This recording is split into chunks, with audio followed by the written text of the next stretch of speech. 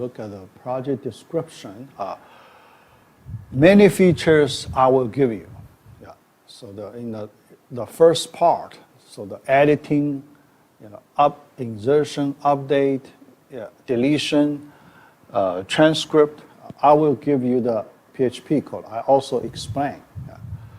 So then I talk about AJAX technology. So then you practice AJAX technology, jQuery, to do some small features. Then I also give you an optional feature, do the batch insertion, optional feature. Okay, all right. So that's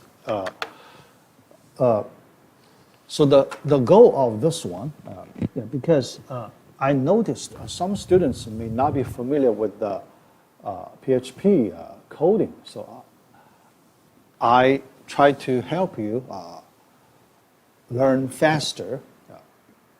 It's very easy, pretty straightforward. Understanding is very simple. Yeah, you only need to get used to the syntax. Yeah. The logic, very easy. Yeah. So then, when you study my code, and I explain the meaning, syntax, some special part. Yeah. Most part you can understand easily, but some special ways we use, I can explain a little bit. Yeah. All right, so then, because in that way, when you do learning, so you can understand how do we use the database in web applications. Okay, yeah. So later, so if you need to do things like this, so you can pick up quickly. So that's the goal. Okay, yeah. All right. Part C, more indexing and complex queries. For indexing part, let us learn a little more different types. So there are a few other types. Also, we need to, enlarge our background. Yeah, but first, we just finished primary indexing. Here, I would like to do a summary. Okay, more details for primary indexing. Yeah. I did some web research. Just read some online documents about this primary indexing. Yeah. The article, a few articles, pretty simple. Yeah. But I noticed the problem in their description. It's quite different from what we are learning here. So here we, based on our textbook. Yeah. But those online articles, I saw there are a few places they describe the primary indexing quite different. So here I want to make some comments. When I give you concept questions, I try to avoid confusion. Okay, a few places there are some confusion. So this way, that way, different ways. If online article and our textbook,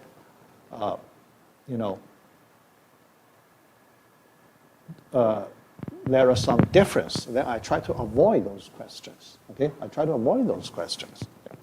All right. So here the problem. So let me talk about. So when I read some online articles, what's the main problem? Yeah.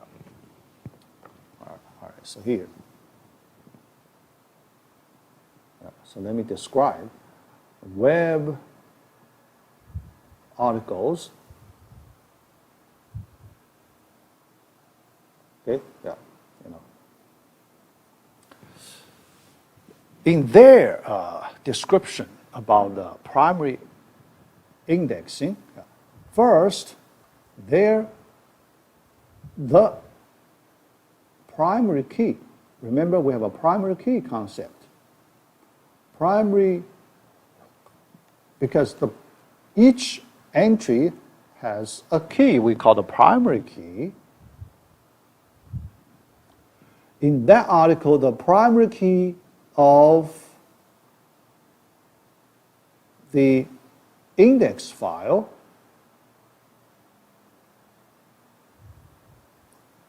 is the same as the primary key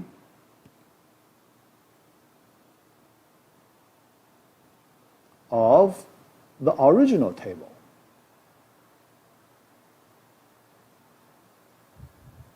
Okay?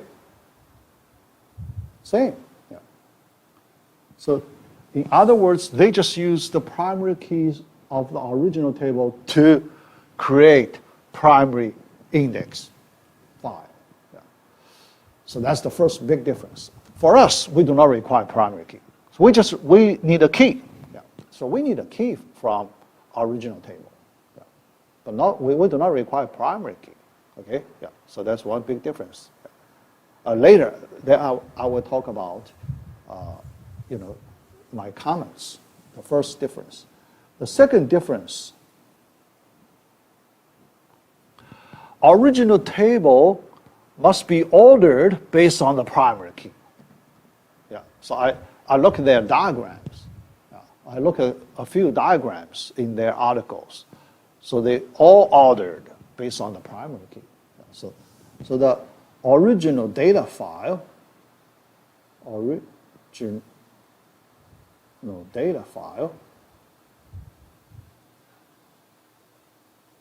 must be ordered based on the primary key.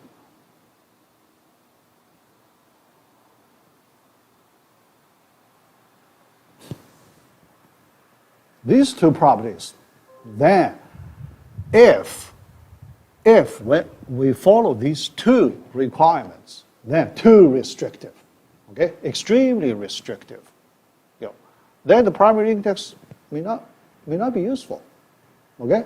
Yeah, so that's the biggest problem. If we follow, when we create a primary index, if we need to check these two conditions, then too restrictive, and the chance to make it successfully, less than 10%. Less than 10%. Especially the second requirement, because usually the original data is not ordered based on the primary key, right? How can you guarantee the original data is ordered based on the primary key, right? Yeah, it's very hard. Yeah, this requirement is too strong. Okay, yeah. And the first requirement, we know many tables, they do not have the primary keys. Yeah. It's possible, many tables, they do not have the primary keys. Yeah. Another problem, restrictive. Yeah. And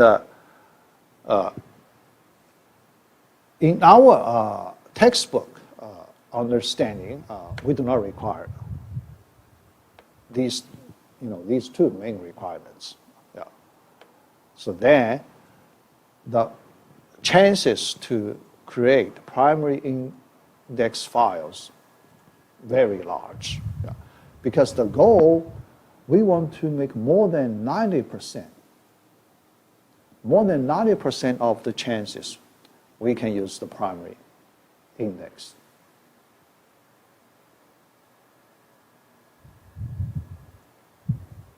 Okay?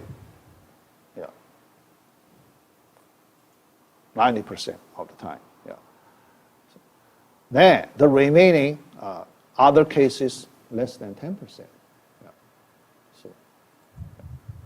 So then the restriction, you have to make your requirements much weaker. Yeah. So that's one thing. Yeah. But there is another thing. Yeah. Because for this class, I try to avoid the complicated content. I mentioned a little bit, but I didn't discuss. I try to avoid it. Yeah. So one big topic I avoid in our discussion is the multi-level indexing. I mentioned once, but I didn't get into the details. Multi-level indexing.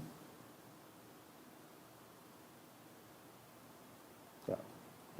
That's the current, the modern indexing technologies. Yeah. Modern indexing methods, techniques. Yeah. You know, yeah. That's the, inside DBMS, people really use this multi-level indexing way to organize the data. Okay, so regarding the multi-level indexing, there are two advanced data structures used. One is called a B tree. B tree data structure. Then improved version, B plus tree. B plus tree. And the B plus tree is improved. Yeah. On top of the B tree. Yeah. On top of slightly improved. Yeah. So B plus tree. Yeah. Yeah. So that's the, really underlying structure for the primary index files. Yeah. But we skip that part. We skip that very complicated multi-level indexing B tree, B plus tree data storage format, okay, for the primary indexes. Yeah. So then, a lot of details, so we cannot, go very deep. Yeah. So, yeah. So that's another problem. So we may have a lot of confusions. So if you compare with the, online articles and our text, it's a lot of confusions for this part. Yeah. But if you really want to understand the topic well, so you need to understand that B tree, B plus tree well. Okay, so that's the current real storage format. Yeah. All right. So then, next, so let me just talk about other than the primary index. Yeah. So dense index and a sparse index. Dense index. So our primary index, it's a sparse index. Then let's look at a dense index.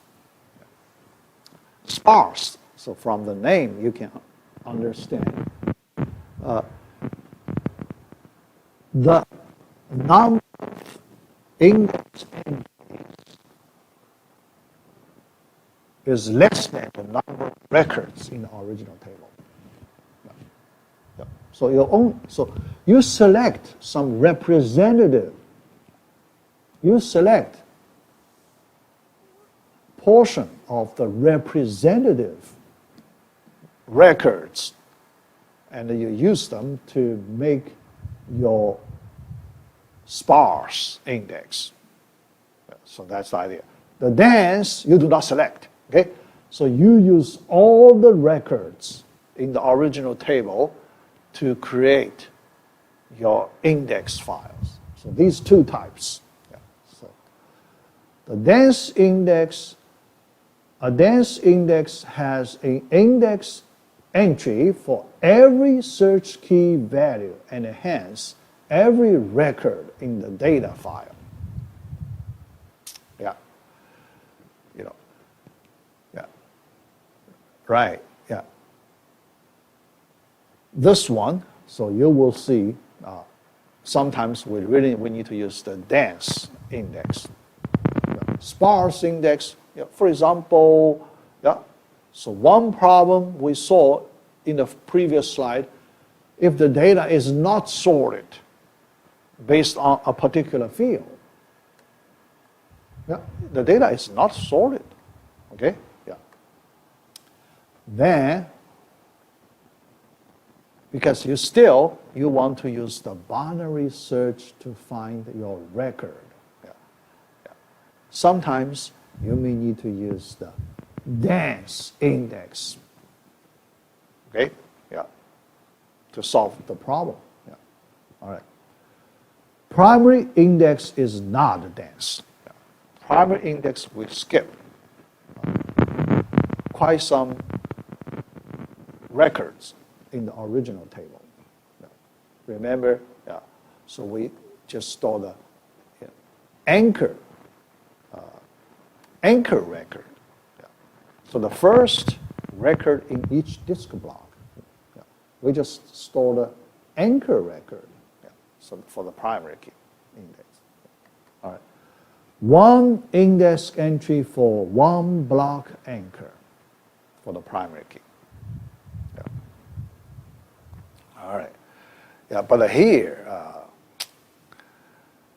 in order to get this property, if we require the original table ordered based on property, then that requirement is too strong.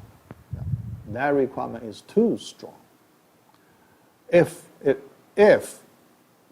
you use that requirement, so then the chance you use primary index is very small.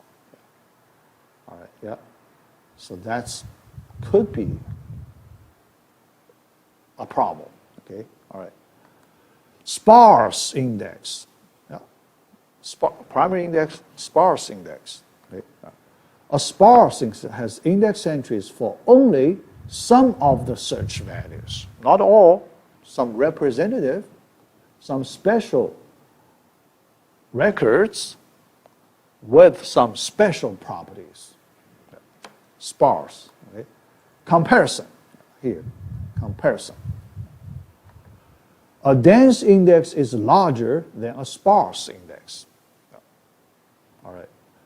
But the dense index supports unordered file. So this is the big property of this dense index support, unordered file. Okay? That's the biggest reason people need to use the dense index. All right, All right. Then retrieve a block with the given primary key. So now let me describe the standard procedure. How to retrieve a disk block. The primary key. So given a search key K, index is constructed based on this field. All right. Do the binary search. So on the primary keys, locate the position. Okay. So here, when the given key K, you need to find a slot between two adjacent entries in the primary index file, two adjacent entries. So the primary key values for two adjacent entries, K of I and K of I plus 1. Your search key falls into this interval. If that happens, so you find the right slot, the right entry. All right. So here, you go, require that origin ordered on the index. Oh yes, look at this big, right? Look at this big requirement. Require that the original data ordered based on the indexing field. Yeah. So this requirement, I feel, too strong.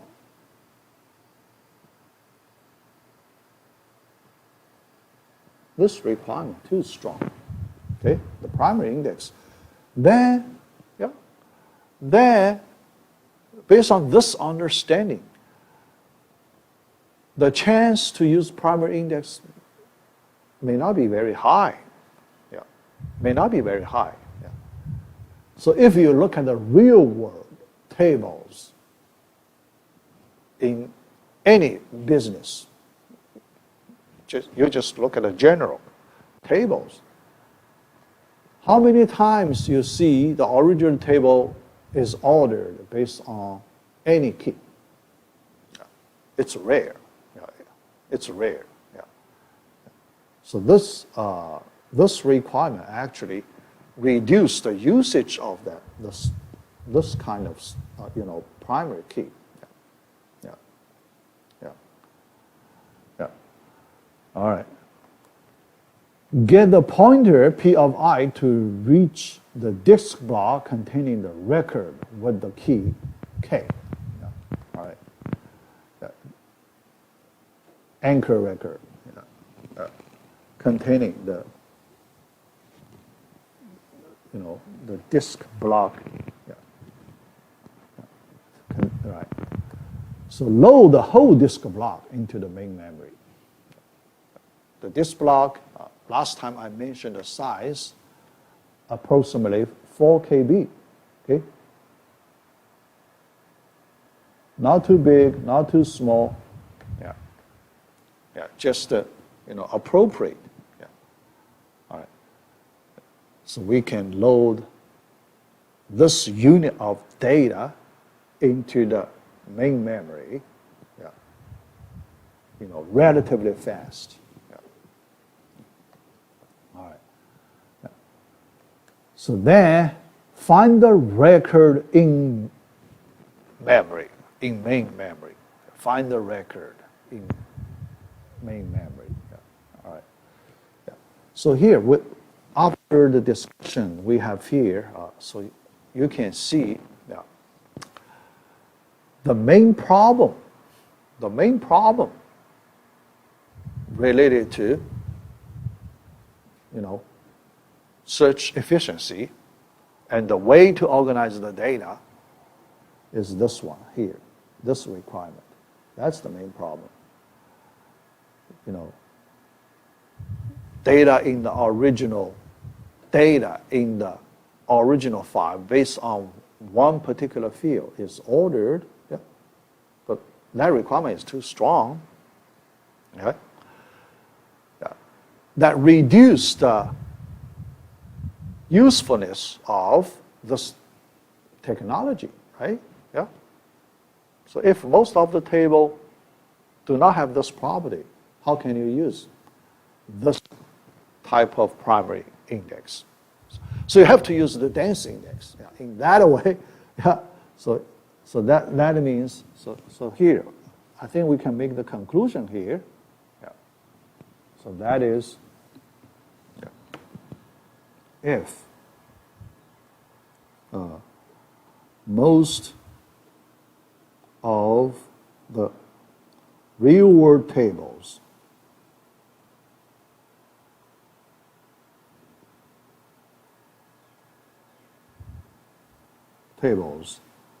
are not ordered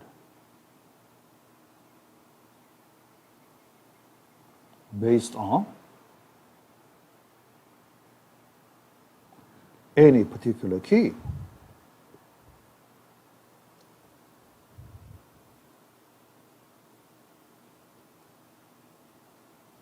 Okay? Yeah. So then, because this type of index method cannot be used, then we have to use a dense index.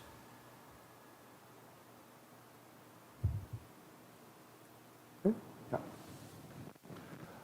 So that would make the dense index method very useful. Because most of the time, the dense index can be used. Yeah. So we take the, key field values, all the key field values from the original table, not ordered, because that's the general case. That's the 90-something% of the normal cases, real world situation. So we take all of them, all the records, the key values for that particular field, unordered, okay? All right. Then we create an index file, so we sort all these key values, ascending order, all right? Yeah. So then, each entry, we need to store a block pointer, that contains the original record. Yeah. So that we can do it. Okay. 1-to-1 correspondence. Okay. One entry corresponds to one record in the original file. Okay? Yeah. 1-to-1 correspondence. Yeah. All right. Yeah. So the dense index. Yeah. So then we can solve that unordered problem. Yeah. All right. Yeah. A major problem here, some problem occur when data is added and deleted. Yeah. So it's because here the primary index you require it's ordered. Yeah. But when you change the data, some records added or deleted, how do you recover that order structure? The cost could be high. The cost could be very high. Okay? Yeah. So some more advanced techniques must be developed. A typical problem for ordered files. After insertion and deletion, to recover the ordered structure, the cost is high. How high you feel the cost is high, right? Yeah, so here, give you some idea. Yeah, because how much you treat as the high cost, okay? How much you treat the cost not high, yeah. So that measure, so you need to have some idea, right? If we use the algorithm terminology, algorithm, yes. Here, I hope you have this algorithm background, algorithm. If the cost, if we use the asymptotic notation in algorithm, if the cost is big theta of n, then we mean it's high. It's high. And the number of records in the original table. If your algorithm, in order to do the insertion or deletion, you need to use operations, certain manipulation operations. You need to use these operations big theta of n times. Yeah. So this many times operation. Then we treat the cost is high. Okay? So you need to improve it. So this method is not very useful because this high cost. Okay? All right, so what cost do you feel it's good, acceptable? Yeah, so acceptable cost. Okay?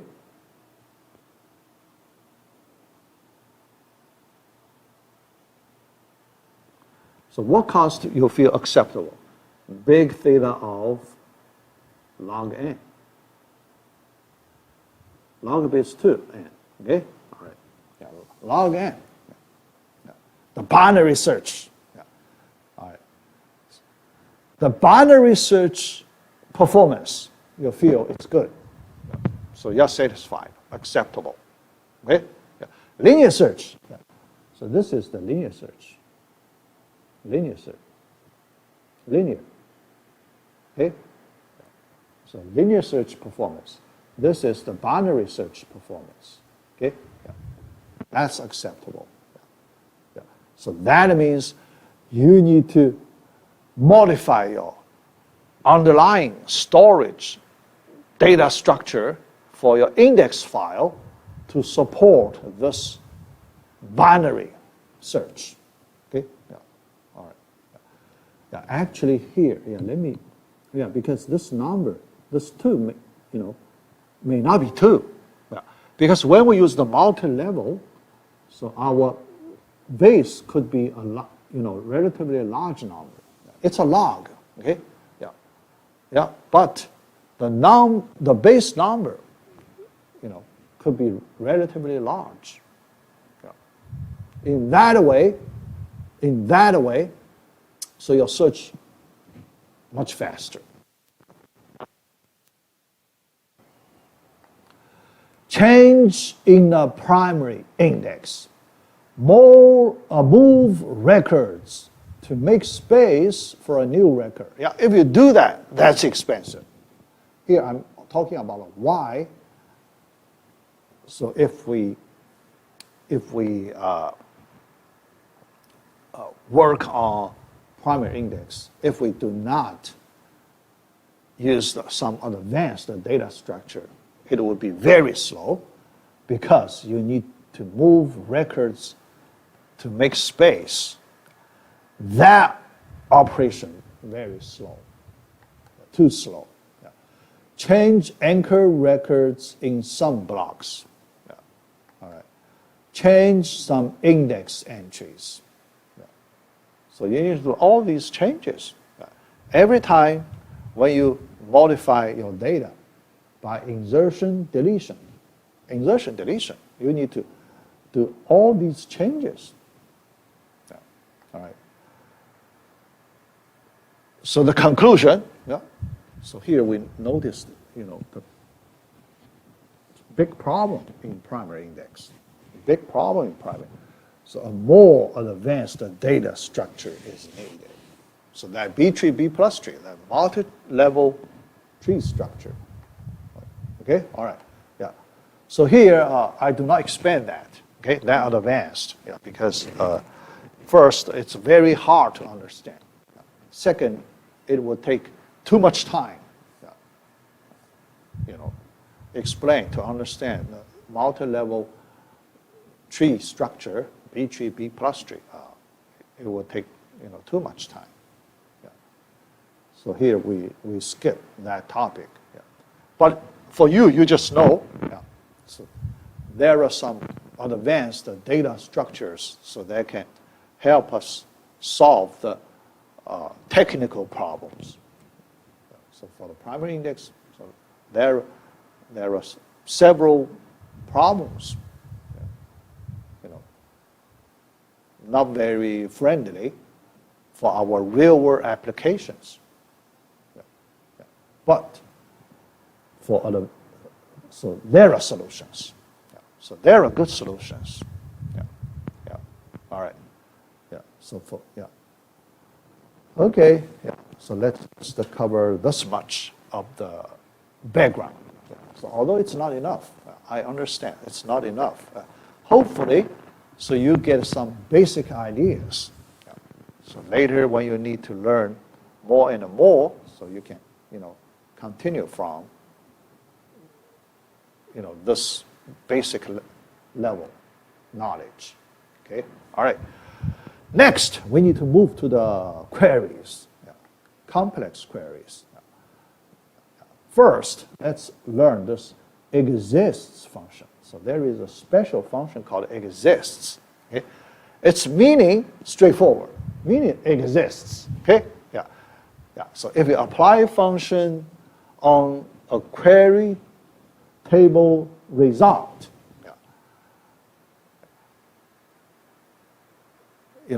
query table result.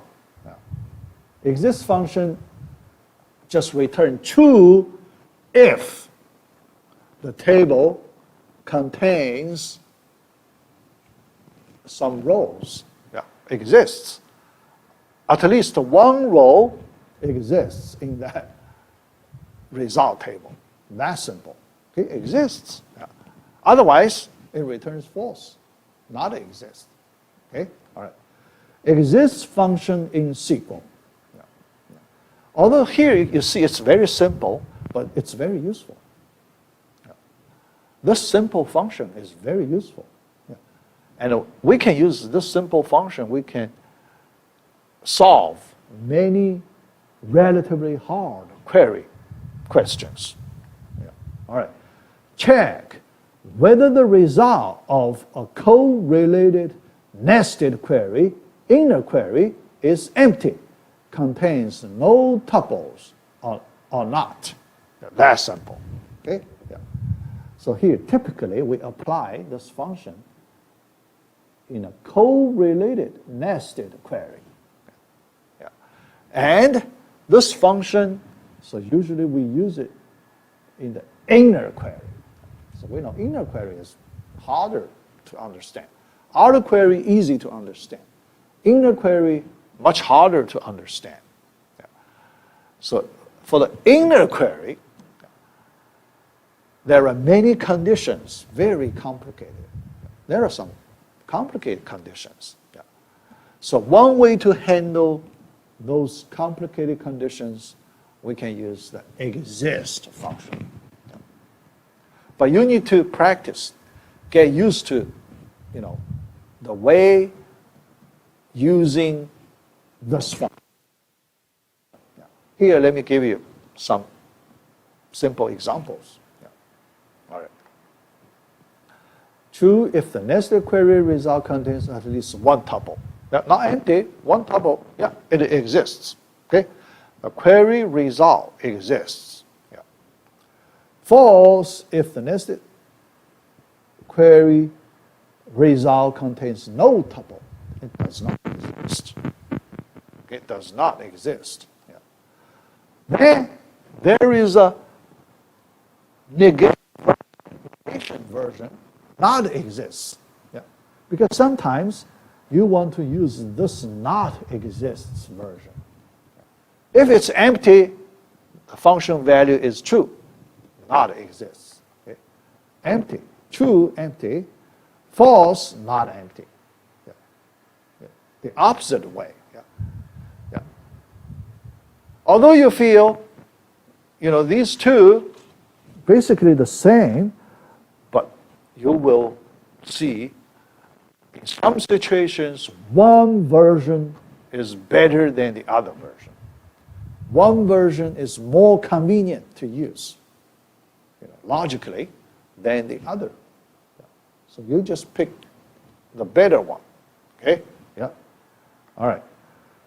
Exists and not exists are typically used in conjunction with a correlated nested query. Yeah. So for simple queries, we do not need simple queries, so we can write straightforward. Yeah. But for nested, correlated, it could be very complicated, the condition. Yeah. It's very hard to formulate the conditions. Yeah.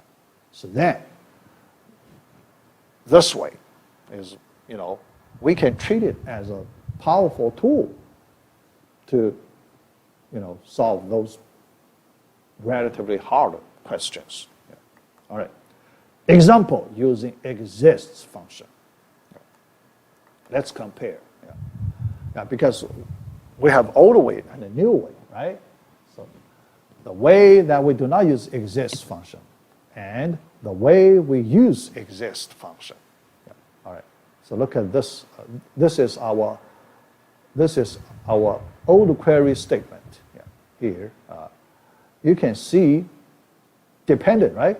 So here, when you read this query statement, so you just understand we want to find those employees,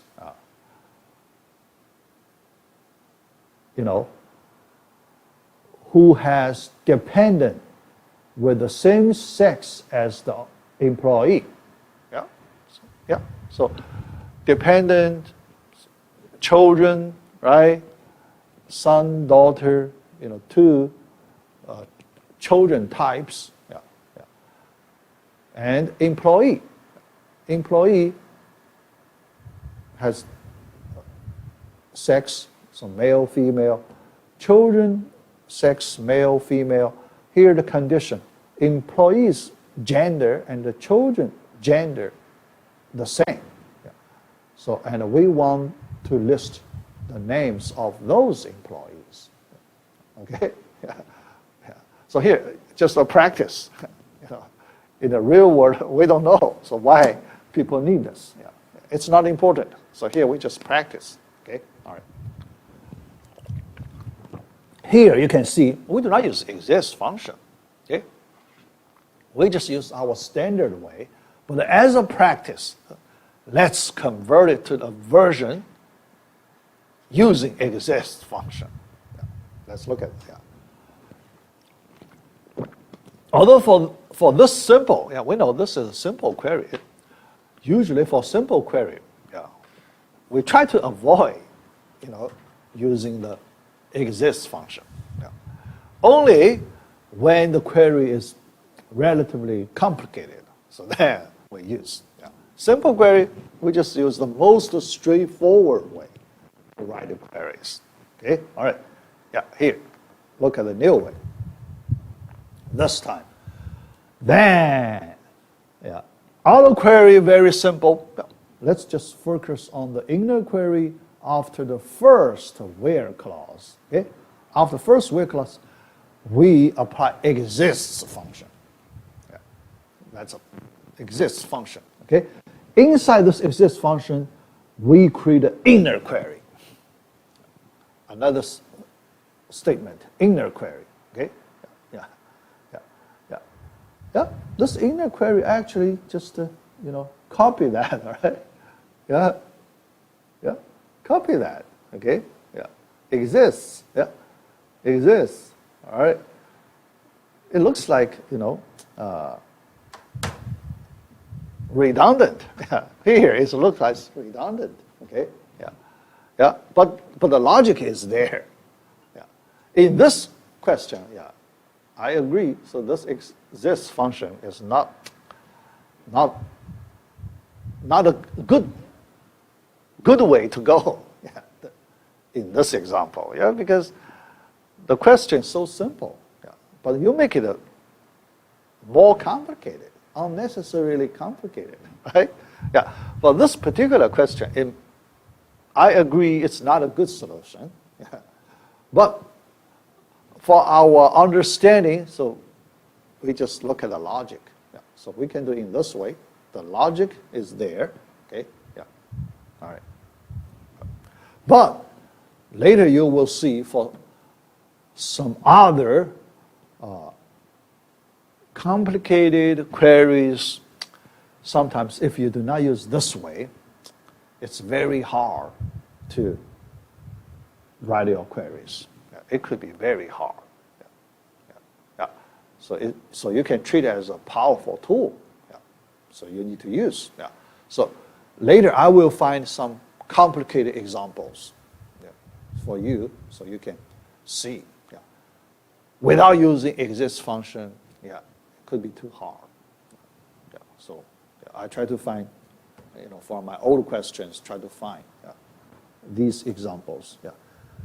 Here it seems not necessary here, but for multiple requirements specified by the select statements, it is useful. Yeah.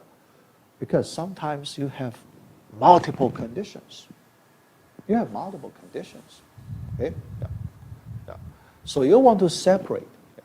Separate. So, yeah. And put them together. Yeah. In that situation, so you may need to use this exists, yeah, function. Yeah. All right. Yeah. Example using not exists function. Yeah. Question. Retrieve the name of employees who have no dependents. Yeah. So It's a simple one. Yeah. Actually, this one, you may not need to use exist function, right? So you can think about, without using this exist or not exist function, how do we write this query statement? Okay? Employee who have no dependents. Yeah. So you join employee table and dependent table, but how do you set a condition? How do you choose? That employee has no dependent. Okay? Yeah. So if you search the ESSN, yeah, because the ID in that dependent table, ESSN, you cannot find ESSN in the dependent table. Okay? Yeah? Yeah. Remember, last time we learned another important operator in SQL. It's called in operator. In. So one row is in a table. In operator. Okay? Here, because this in operator, there is a version not in. Yeah, just like this not exists. Not in. Yeah. Here, you can imagine it's very convenient if we use not in operator. Okay? Yeah. So the current employee's SSN is not in the ESSN of the dependent table. That's simple, right? So you can write in that way, all right? Yeah, but here, let's look at how to use the not exists function here, okay? Yeah. Yeah. Because we just practice. Okay? We practice this function. Pretty straightforward. So this time, yeah, outer query, simple, but inner query, we use not exists function. Yep. So you can also treat it. You use exists function, but you apply not operator in front of it. Okay? Not operator in front of it. Okay? Yeah. So you that way, yeah, you can understand. Yeah. Otherwise, it may not be good. So you treat this not space exists as the function name. You know, that understanding may not be very rigorous. May not be very rigorous. Yeah, because for the function name, we do not allow space, right? We do not allow space occur as a function name. Yeah. So here you can understand. Not operator, you apply it on the exists function. Yeah.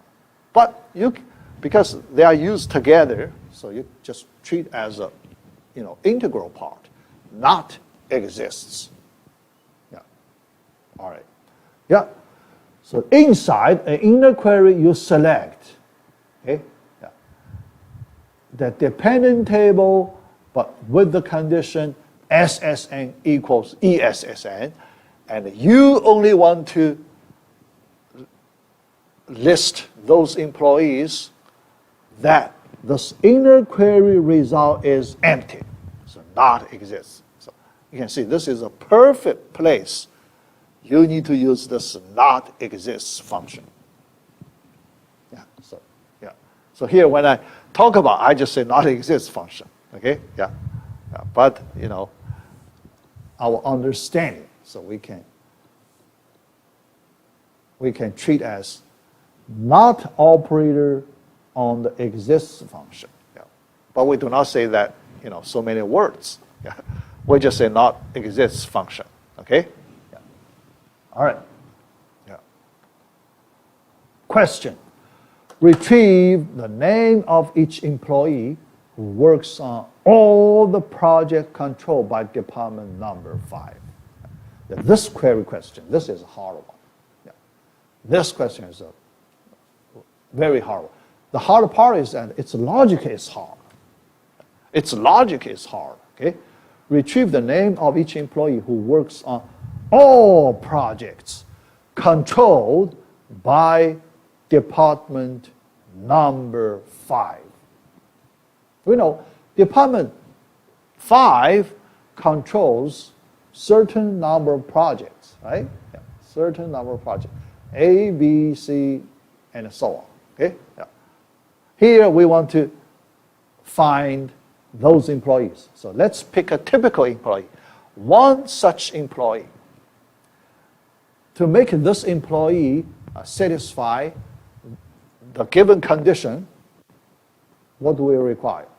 All right. So this employee needs to work several projects, okay? A list of projects under this employee's name. Yeah. All right. Then that list should cover all the projects controlled by Department 5. Think of that logic, okay? That logic. Yeah.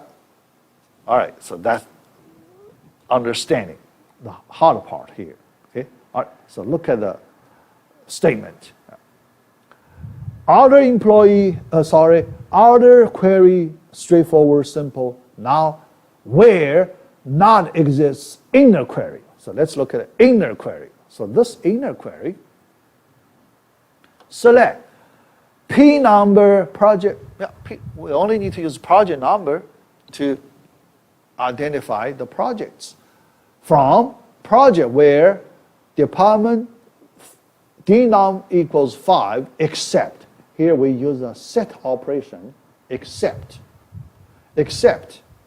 Select P node from works on SSN equals ESSN. Yeah.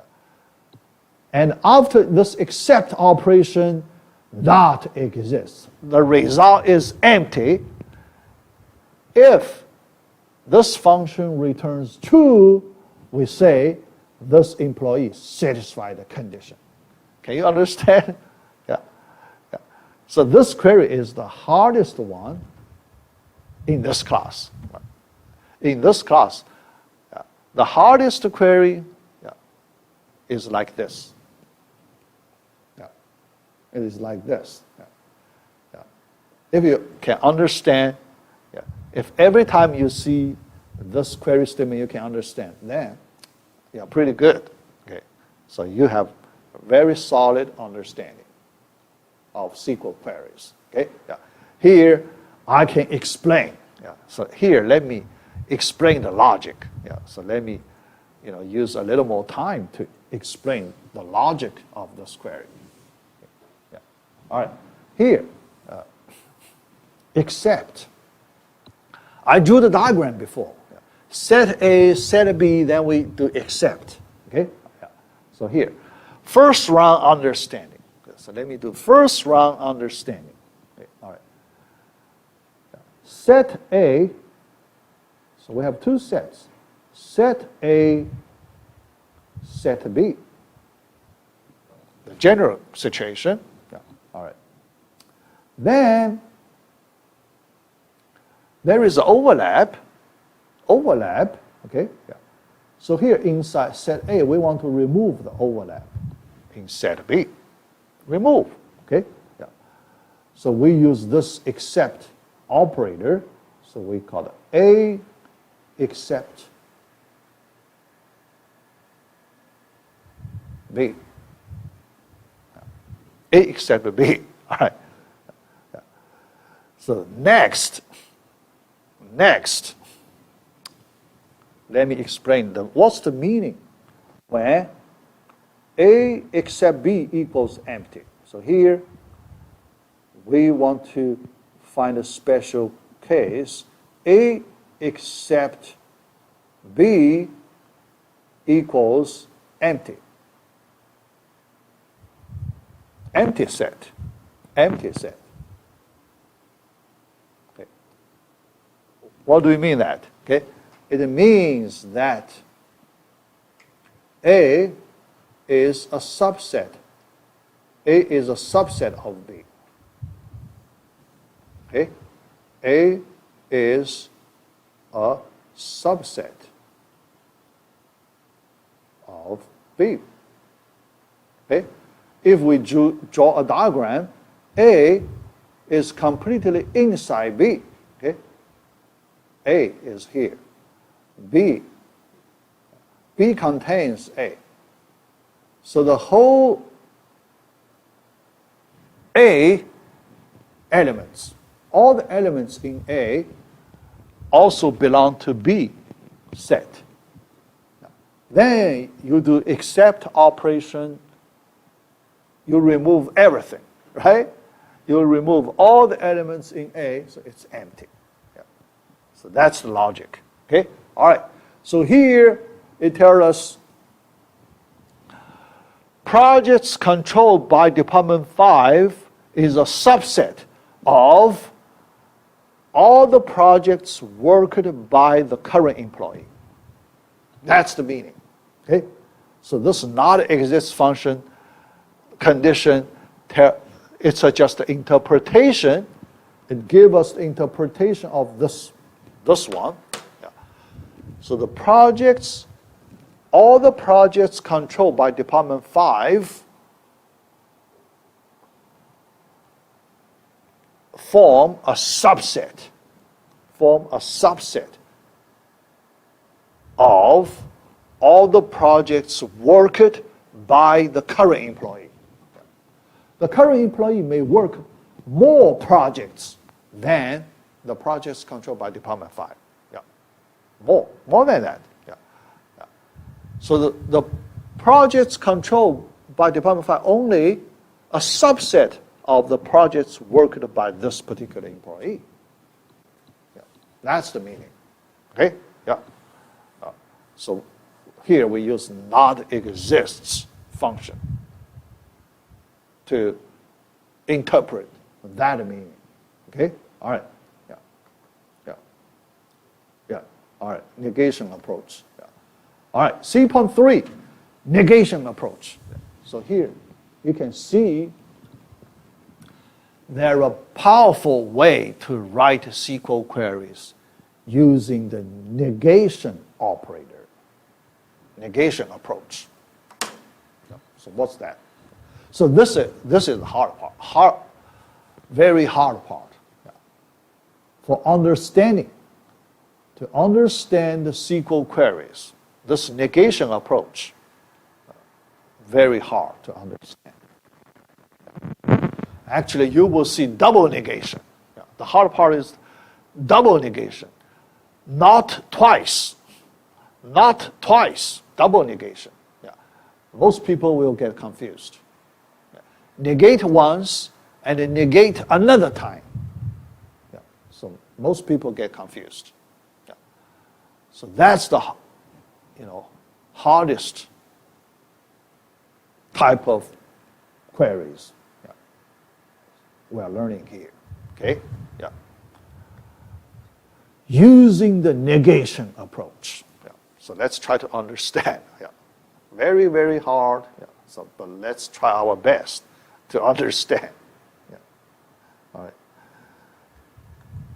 Find the tuples that satisfy some requirement. So usually when you find tuples satisfy requirement, you need to use negation approach. Yeah. Find those tuples such that for each tuple, the result that the requirement is not satisfied is empty. Yeah. So look at the logic we're using here. Okay? Yeah. Yeah. Yeah. Yeah, because usually some requirement complicated.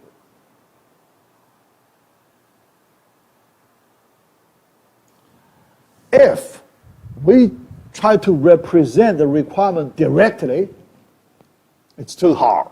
Okay? So the situation is like this.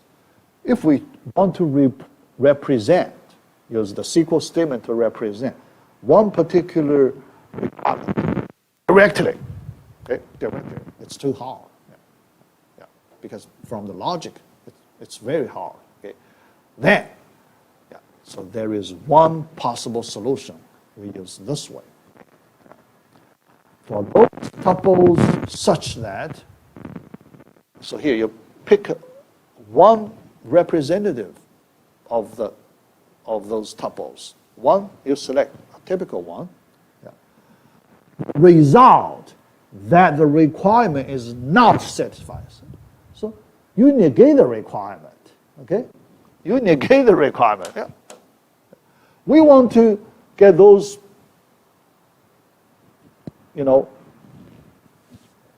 items. Yeah. So here, employees. So we say that, items satisfy the given condition, but we do indirect way. We consider those items that do not satisfy that requirement. Okay? Yeah. But that result, empty. Empty.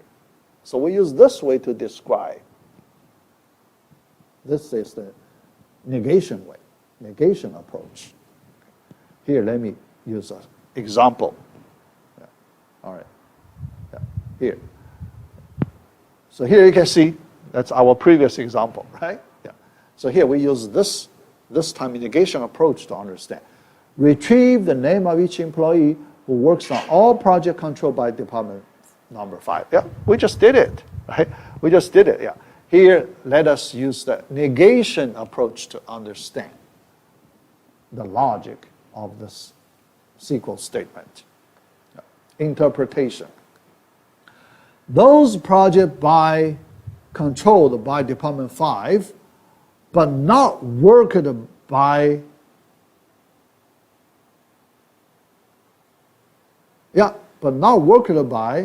the current employee form an empty set.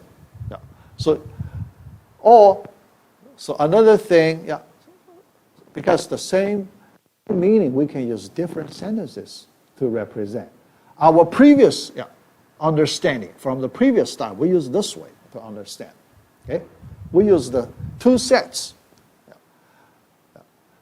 The projects worked by current employee, so we form one set. That's our set B. Yeah. The projects controlled by department 5, we make it our set A. Yeah. Yeah. Set A, if you remove all the projects belong to set B, you get empty. Yeah. So that's our previous understanding. Yeah.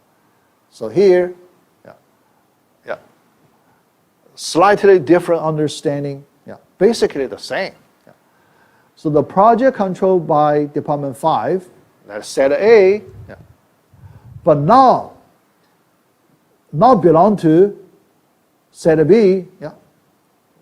So the elements in set A, but now belong to B, it's empty. That means all elements in set A belong to set B. Okay? Yeah. Yeah. All right. Yeah. So the same thing. Yeah. All right. Understand the negation approach. Those projects controlled by department 5 but not worked by the current employee form an empty set. Yeah. So set A, the projects controlled by department 5. Yeah. Set B, projects worked by the current employee. Okay? So their relationship. Yeah. Yeah. So usually the general case, the overlap like that. Okay? So then 8 except B. Yeah. So the part in set A that do not belong to set B, so that's A except B. Yeah. All right? Yeah. And this part is empty. So here, based on this diagram, we want to describe, this part, it's an empty set. Yeah. That's the negation approach. Okay, all right. So that's the negation approach. Yeah. Yeah. All right. So I try to, so here, another thing I like to point out. Usually, so here we try to find some rules, try to find some special properties. Yeah. Because you may ask questions like this. For what kind of queries we should use this negation approach, right? Yeah. So you may ask questions like this. Yeah. So usually, so there is you want to describe all Okay? Yeah. You want to describe. So those projects, actually, there is all. Okay? All projects controlled by Department 5 are worked by the current employee. Yeah. So this meaning is important. When we want to represent the concept all, then it's very likely you need to use the negation approach. All. Okay? Yeah. All. Yeah.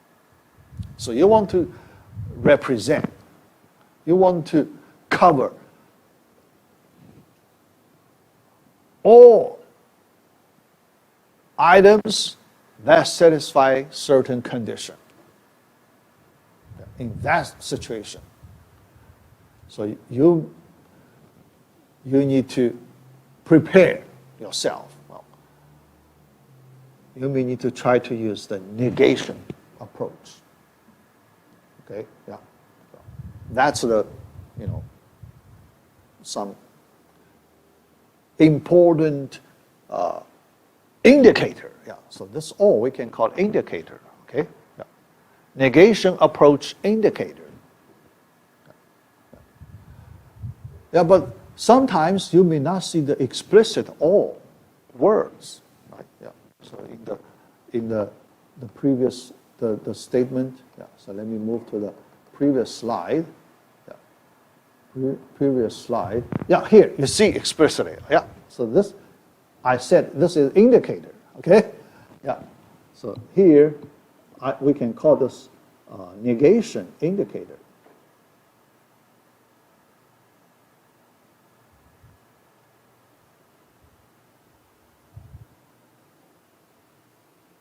Okay, negation indicator. Yeah. All right. Yeah. Yeah. So then you need to practice to get some experience. Yeah. Definitely. So you need to get used to this kind of thinking. Yeah. Get used to the thinking like this. Yeah. So then, try to feel better working on complex queries like this type. Okay, all right. Yeah, so the remaining work, we have homework assignment. We have a homework assignment 3. Yeah. Yeah. So remaining work, we have HW3. Okay, HW3 I still split into 2 parts. Okay, so HW3A and HW3B. Okay, 3A equals our quiz 5. Okay, yeah. So we need to do quiz 5 for module 5. Yeah. Module 5, quiz 5. Okay. Yeah. So we will do that. Yeah. Here we can have 12 questions with 50 points. Okay. Yeah. Then part B, 12 query questions.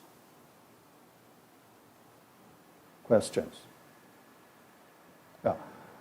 12. Remember that our 2B homework 2B 11 questions. Yeah. So there is a possibility we may have 11 questions. Okay. So we do not have much time left. Yeah. But this homework 3A, 3B, 1 quiz, 1 query questions, that's our last assignment. Okay? Yeah. All right. Yeah. So that's it. So we finish this part C of module 5. Yeah. So next time I will give you some more sample code, sample project, show you the editing feature, insertion, editing feature, deletion feature. Okay? Yeah. So next time I will show you those features, the sample code. Yeah. So you can study, try to understand. Yeah. All right. So that's it. Yeah.